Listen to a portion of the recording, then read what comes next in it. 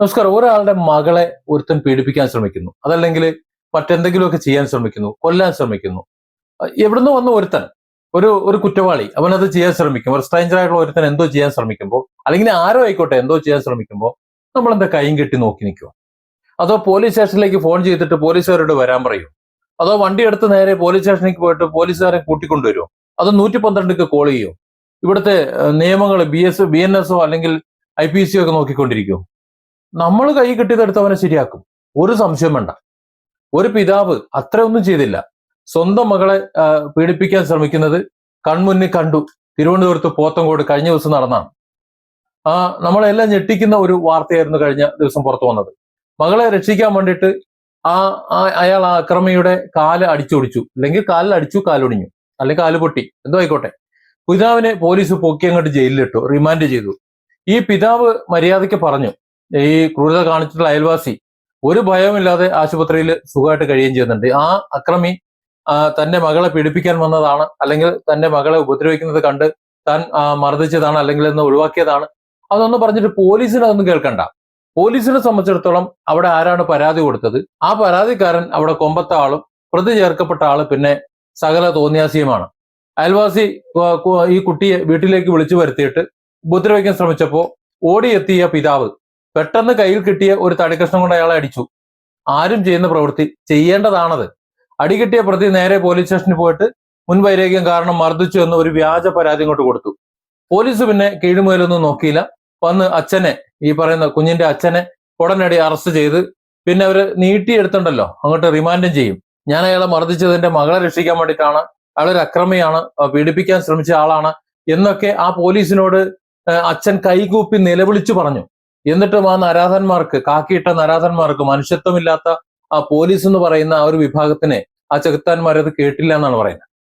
ഇവിടെയാണ് നമ്മൾ പോലീസിന്റെ ഇടപെടലുകളെ ശക്തമായി ചോദ്യം ചെയ്യേണ്ടത്. എല്ലാ പോലീസുകാരല്ല പറയുന്നത്, ചിലർ. പലപ്പോഴും നമ്മുടെ പോലീസ് സംവിധാനം പ്രവർത്തിക്കുന്നത് വലിയ മുൻവിധികളോടെയാണ്.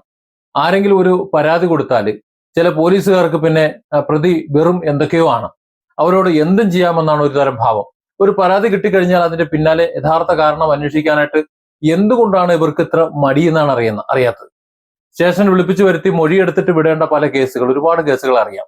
അത്തരം കേസുകളിൽ വീട് വളഞ്ഞ് അറസ്റ്റ് ചെയ്ത് റിമാൻഡ് ചെയ്യിച്ച സംഭവങ്ങൾ പോലും ഇതിനു മുമ്പ് ധാരാളം സംഭവങ്ങൾ ഉണ്ടായിട്ടുണ്ട്.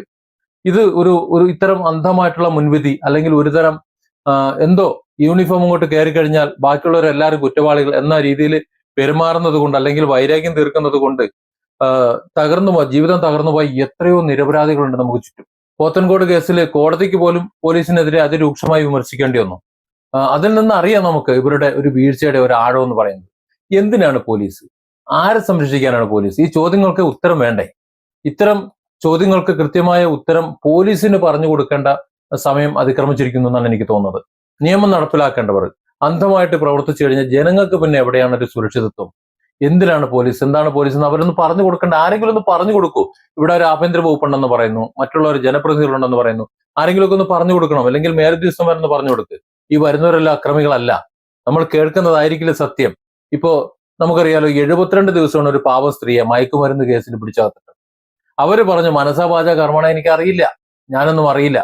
സ്റ്റാമ്പ് എന്ന് പറഞ്ഞ് സ്റ്റാമ്പ് അവർ വണ്ടിയിൽ നിന്ന് കണ്ടെത്തിയെന്നെ കൂട്ട്. അവർക്ക് അതിനു മുമ്പ് അത്തരത്തിലൊരു പശ്ചാത്തലം ഉണ്ടോ? ഇനി ആരെങ്കിലും കുടിക്കിയതാണോ, ചതിച്ചാണോ, ഇതൊക്കെ ഒന്ന് അന്വേഷിക്കേണ്ട ഉത്തരവാദിത്വം അവർക്കില്ലേ? ഇല്ലേ? അവരുടെ സ്ഥാപനം പൂട്ടി അവരെ നാട്ടിൽ മുഴുവൻ നാട്ടിച്ച് സകലയിടത്തും വാർത്തയാക്കി ചിത്രം ഒരു മയക്കുമരുന്നിന്റെ മൊത്തം ഉൽപ്പന്നക്കാരിയായിട്ട് അങ്ങോട്ട് ചിത്രീകരിച്ചിട്ട് ആ സ്ത്രീയുടെ, ഷീലാസണ്ണിയുടെ കാര്യമാണ് പറയുന്നത്, നശിപ്പിച്ചില്ലേ? അത് ഇതിന്റെ വേറൊരു കാക്കി നരാധവന്മാരല്ലേ? എന്നിട്ട് എന്തായി അവസാനം?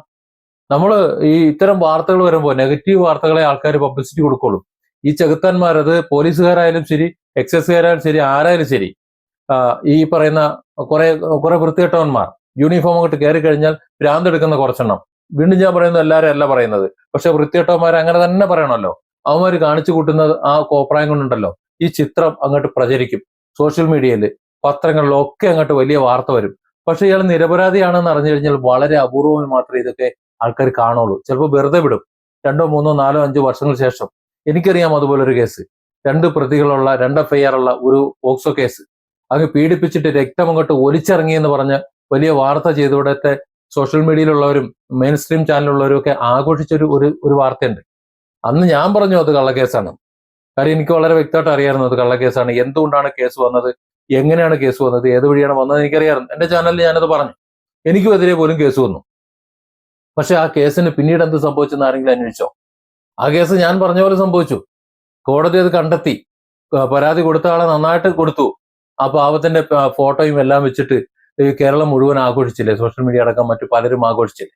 അപ്പോൾ ഒന്ന് അന്വേഷിക്കണം, ഏത് കേസ് കിട്ടി കഴിഞ്ഞാലും ഒന്ന് അന്വേഷിക്കണം, എന്താണ് അതിന്റെ വാസ്തവം എന്ന് അന്വേഷിച്ചിട്ട് യഥാർത്ഥ പ്രതിയെ ശിക്ഷിക്കാൻ അല്ലെങ്കിൽ യഥാർത്ഥ പ്രതിക്കെതിരെ നടപടിയെടുക്കാൻ എന്തുകൊണ്ടാണ് നമ്മുടെ പോലീസുകാർക്ക് കഴിയാത്തത്? അല്ല, എന്തുകൊണ്ടാണ് പോലീസുകാർ കഴിയണ്ടേ? ദയവായി എന്റെ ഈ വീഡിയോയ്ക്ക് താഴെ ഇതിനൊരു അഭിപ്രായം അറിയണമെന്ന് എനിക്ക് ആഗ്രഹമുണ്ട്. ഇപ്പോഴത്തെ പോലെ അങ്ങ് പോയാൽ മതിയോ, അതോ പോലീസുകാർ മാറണോ? ഞാൻ ഈ പറഞ്ഞതുപോലെ ഒരു മാറ്റം ആവശ്യമാണോ? Different angles. Don't forget to subscribe and support this channel.